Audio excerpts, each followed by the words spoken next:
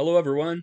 Today I'd like to discuss with you James P. Byrd's chapter, The Lord is a Man of War, Moses, the Exodus, and the Spirit of 76. It comes from his book titled Sacred Scripture, Sacred War, the Bible and the American Revolution. Chapter 2 in particular explores the profound influence of the book of Exodus on many of the American patriots during the Revolution. The chapter argues that the Exodus story was synonymous with liberty in revolutionary America. Byrd suggests that Exodus provides a crucial biblical framework for patriots to interpret their struggle against Great Britain. I'm going to touch on three key historical interpretive dimensions of this chapter. First of all, let's talk about divine violence and political justification. According to this dimension, the main function of the Exodus story was to transform political conflict into a sacred war. Patriots like Thomas Paine portrayed King George III as the hardened Pharaoh of England, and the colonists as the oppressed Israelites. This interpretation went beyond a simple metaphor. The Revolution's lesson from Exodus was that liberty was a divine conviction that demanded divine violence. The colonists weren't just fighting for political rights, they believed the God of the Exodus was a fierce man of war, according to Exodus 15:3. He was actively fighting alongside the Continental Army.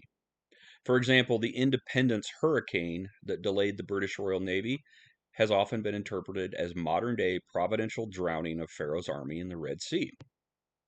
Interpretations like this also allowed ministers to rally the troops and instill courage before battle. Secondly, let's talk about the paradox of slavery.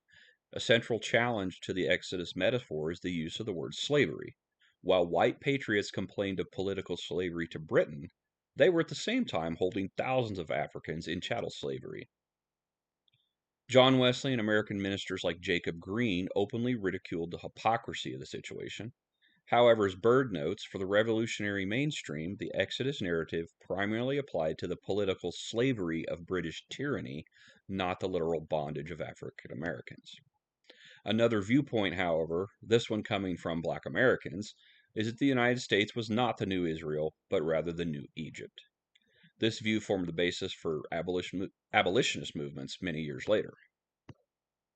Third, let's talk about the American Moses. The Exodus required a leader, and the new nation found its Moses in George Washington. The selection of George Washington was a conscious effort to establish an authoritative yet Republican leader, basically the opponent to the king. Washington was compared to Moses. These biblical parallels helped calm fears that Washington might become a monarch.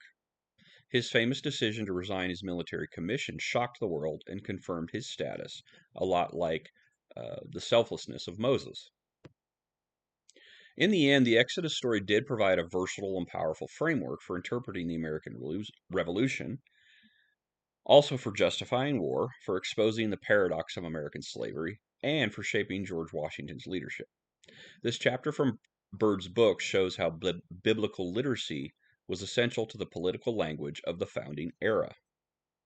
I look forward to discussing this topic with the rest of you further, and I thank you for your time tonight.